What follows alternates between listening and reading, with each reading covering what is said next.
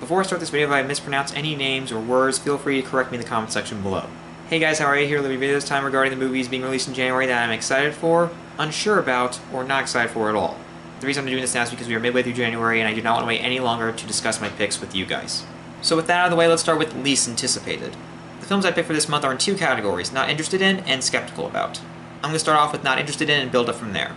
The first film is the action film Den of Thieves, coming out January 19th, and it stars Gerard Butler, 50 Cent, Pablo Schreiber, and O'Shea Jackson Jr. I saw both trailers and they did nothing for me, and the January release date is not helping at all. And also not helping is the fact that I despise the music that they chose for the first trailer. It just didn't work for me. Also, I cannot trust any film with Gerard Butler because his career has been a mess, without question. Yes, I'm a fan of the How to Train Dragon films, that doesn't make up for all the stinkers on his resume. While the production values seem at the very least competent, nothing about the footage really stood out to me. Hopefully it's enjoyable or at least a guilty pleasure. The next film is the final installment in the Maze Runner film trilogy, Maze Runner: The Death Cure, coming out January 26. I haven't seen the Maze Runner films, but the reception to the Scorch Trials is not helping in the slightest. The trailers also didn't do much for me, and it really didn't help that they used WCKD as a replacement for the actual word wicked in one of their taglines. Ugh. I was rolling my eyes during that part. Yes, I know I sound rude, especially considering the fact that Dylan O'Brien unfortunately sustained severe injuries on set. The reputation of young adult sci-fi franchises has really been dwindling, and this franchise seems to be one of them.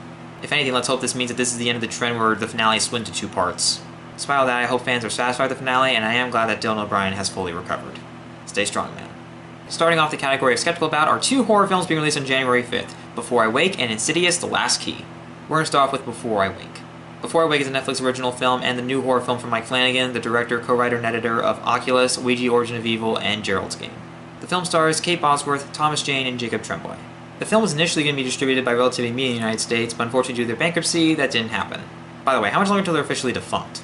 Though I did like Ouija: Origin of Evil, and I'm more than willing to watch Mike Flanagan's other works, this film unfortunately has been getting a very mixed reaction from critics and audiences. Even before its release, its reception was unenthusiastic. The reception is also the reason why I'm hesitant towards watching this film. I know filmmakers are not perfect, but it's hard not to expect the best from this man. Hopefully at the very least I can enjoy it. Insidious: The Last Key is the fourth installment in the Insidious franchise, taking place in between Chapter 3 and the first film, directed by Adam Robitil, written by Lee Winnell, and stars Lynn Shay, Angus Sampson, Winnell, Caitlin Gerard, Spencer Locke, Bruce Davison, and Josh Stewart. I haven't seen any of the Insidious films, but I wouldn't mind checking them out at some point. The main reason I'm skeptical about this film is because, with horror franchises, longevity and quality don't mix. Other things that aren't helping are the reviews, and the fact that usually Hollywood releases a crappy horror film the first week of January. Maybe this will be better than the usual stuff that comes out of January, but who knows. And with horror prequels, you end up knowing who's going to live or die. Hopefully I can at the very least enjoy the film. And the last film is 12 Strong, which is the biographical war drama coming out January 19th, directed by Nikolai Fugelsig and written by Peter Craig and Ted Talley. The film stars Chris Hemsworth, Michael Shannon, Trevant Rhodes, Michael Pena, Naveed Negaban, William Fichtner, and Rob Riggle. The film tells the true story of the horse soldiers, aka Task Force Dagger, who teamed up with the Northern Alliance to successfully take down Taliban forces on horseback against modern military technology in Afghanistan during the early days of the War on Terror. In fact, the team that made up Task Force Dagger were the first US ground troops in Afghanistan and were deployed there immediately following the 9/11 attacks.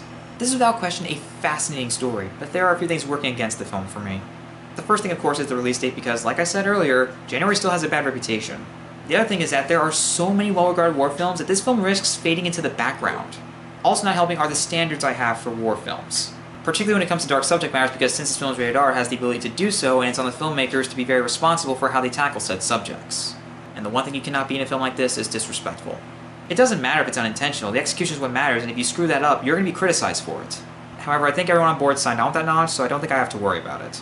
I take war films very seriously, and I really hope this is a powerful and respectful tribute to everyone who put their lives on the line. Alright, now we're moving on to films that I am unsure about. What I mean by that is I wasn't sure if I should be on board with the film, or if I should distance myself from it completely, so I decided to end the debate and just discuss it. And that film is Proud Mary, the action film that was released on January 12th by Screen Gems and stars Taraji P. Henson. Even though I really like Don't Breathe, I'm not really the biggest fan of Screen Gems because they released a lot of stalker thrillers, including 2016's When the Bow Breaks, which was very poorly received.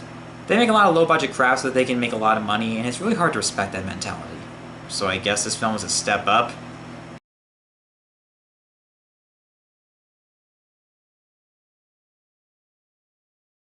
This film honestly feels like a John Wick wannabe. Either that or Atomic Blonde. Think about it, it's an action film with a decent budget with a big-name actress. Also not helping is that the trailer did absolutely nothing for me. And I was not a big fan of the music at all. I actually thought it was a really bad choice.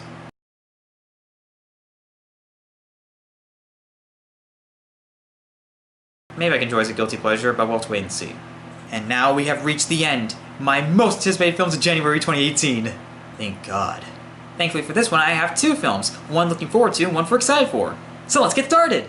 And looking forward to, I have Mary and the Witch's Flower, which comes out January 18th and is the first feature film from Studio Ponic. The film is based on The Little Broomstick by Mary Stewart, directed by Hiromasa Yonebayashi, written by him and Riko Sakaguchi, produced by Studio Ponic founder Yoshiaki Nishimura. The English dub is the voice talents Ruby Barnhill, Louis Ashbourne Circus, Kate Winslet, Jim Broadbent, Teresa Gallagher, and Ewan Bremner. I saw a trailer for this film recently, and this thing looks absolutely beautiful. In fact, I was surprised this film looked like a Studio Ghibli film until I found out that this was made by former members of Studio Ghibli. Awesome! A great voice cast, beautiful animation, and some very creative visuals. Sign me up! And we ended off with the highest honor, and the film that I'm excited for the most in January 2018 is Paddington 2, which came out January 12th and is a sequel to Paddington. The film was directed by Paul King, written by him and Simon Farnaby, and has voice talent Ben Whishaw, and stars Hugh Bonneville, Sally Hawkins, Brendan Gleeson, Julie Walters, Jim Broadbent, Peter Capaldi, and Hugh Grant. While I haven't seen the first Paddington, I am more than on board for this because of the reviews. The same also goes for the first film. Rarely is there ever a sequel that gets better reviews than the first film. And honestly, if you get better reviews than the first film, sign me up. And from what I've heard about both films, these are the most innocent and the sweetest family films in recent memory, particularly live action. I've honestly been pining for a live action family film that is genuinely sweet because honestly, now these days, they just feel cynical, they pander to kids, or they're honestly just sappy to a very, very annoying degree. I really hope these films are emotionally satisfying, and I really hope that I see Paddington 2 in theaters. And those are the films coming out in January that I am looking forward to, unsure about, or completely distant myself from. And if you have any that you would like to share with us, post them in the comment section below.